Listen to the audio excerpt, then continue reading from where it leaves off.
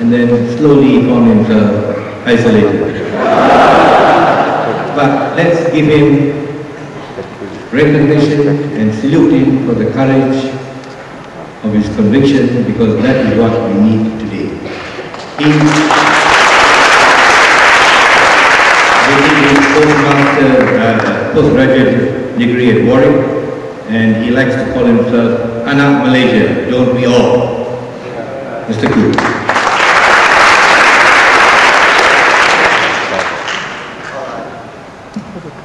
Thanks, traders. Very kind of you. I think I have to correct you on that. I'm actually a victim of the political tsunami as well. So you find me here jobless. Well, I think not being unkind. I think the two speakers, the first two speakers, have really put you in a sense of euphoria.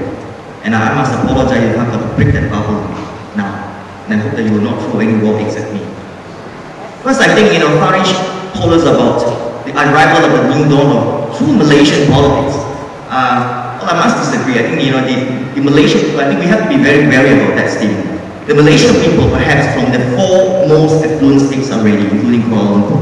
But if you look at the political parties, I think there is a sense, which gives me a creeping sense that they might not be ready at all. Immediately after the election, Awang Adi from PAS announced that Huda law will be implemented in Kedah.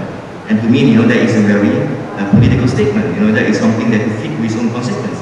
Again, we are talking about whether political behavior can change.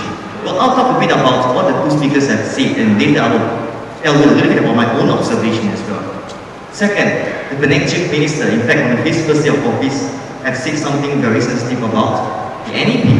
All have it die hard. In fact, Lim Guan Eng, I reminded him on the night of the election that Mr. Lim, you should now be speaking as a Chief Minister and no longer the opposition leader. But sometimes all have it dies hard. And the third thing again is on the para. Suddenly you say that you're forming a coalition with PAS and PKR.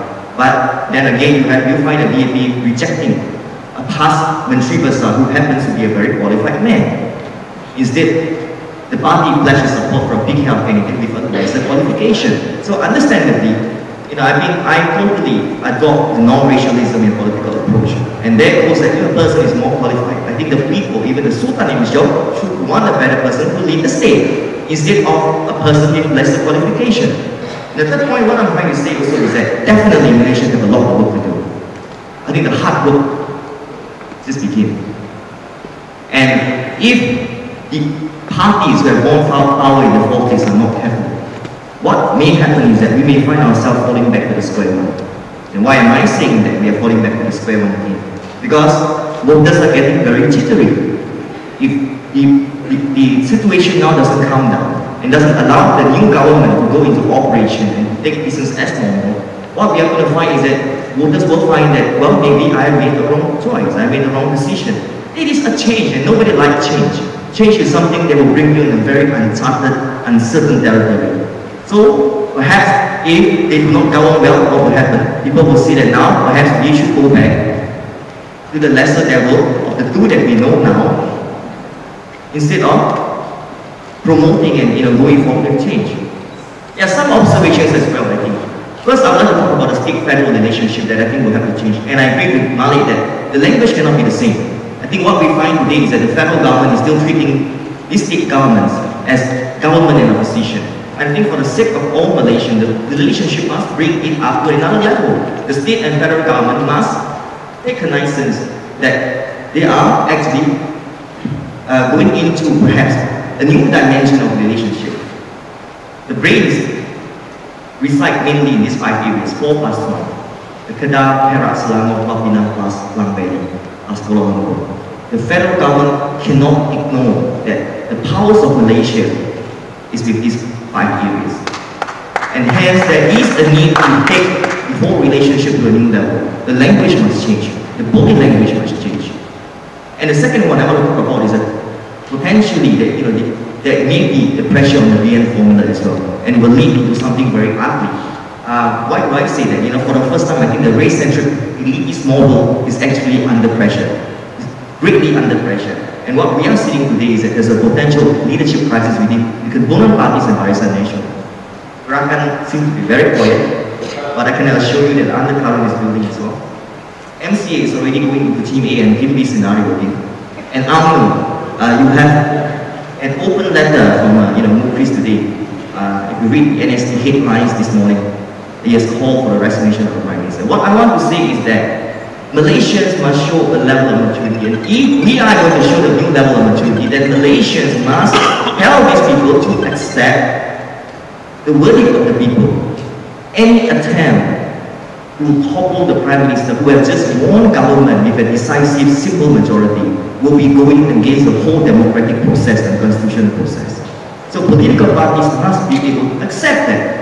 So I think it is very important for UMNO, factions within UMNO, to understand that and to respect that. If they want to bring down their own president, it has got to go through their annual delegate conference, through the electoral process to do that. So I think this is something that we have got to understand. If not, the government will go into a situation where the society, the political parties, and political leaders will not be able to accept a government without a two-third majority.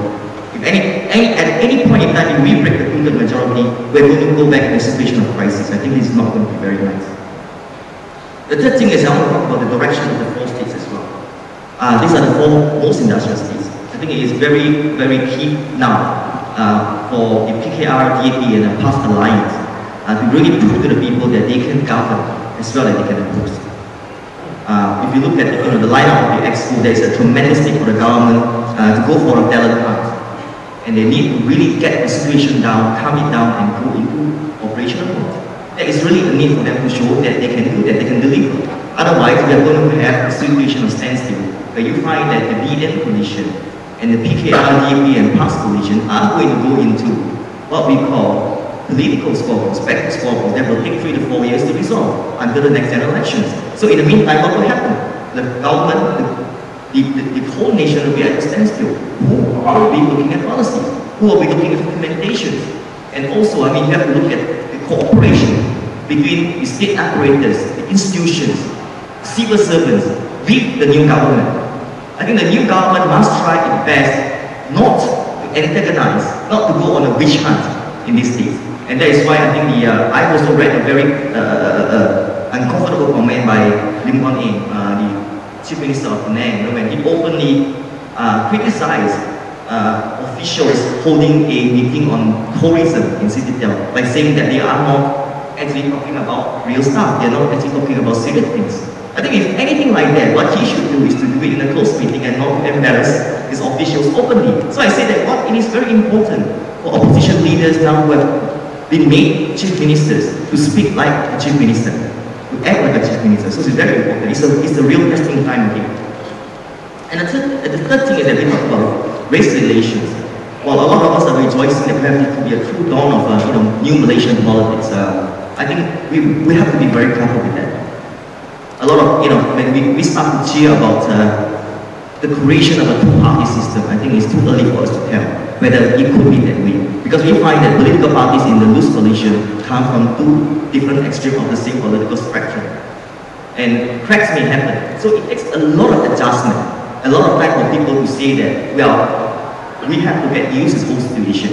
And we have to accept that Malaysia will be able to, will be good for the country to have a two-party system. So at the moment, I think we really have to treat that very carefully. I'm not seeing that we are already breaking into a new dawn when we are true Malaysian politics, which is not about race or religion anymore. You still find that the rhetoric, the culture, the habit die hard.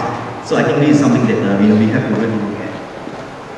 There are some good points as well. We're not necessarily that gloomy. If I'm going to go on continue with that, I think a lot of people will submit their application to go for maybe Indonesia even. But let's hold your horses. It is an exciting time, but let's hold your horses. But there are also good things. On another level, I think we have shown truly, I have to agree with Parish, there is a new level of maturity of Malaysian voters. And what happened is that at 11 PM on Saturday, some of us, after the results, were trying to get a drink, at one of the local bars. Found that the whole place was deserted, and this is in Penang. So the voters somehow, I don't know how they did it, but they've been sending SMSs to one another to go back home and sleep.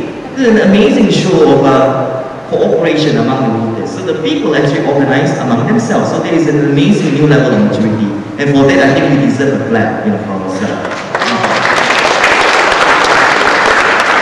is the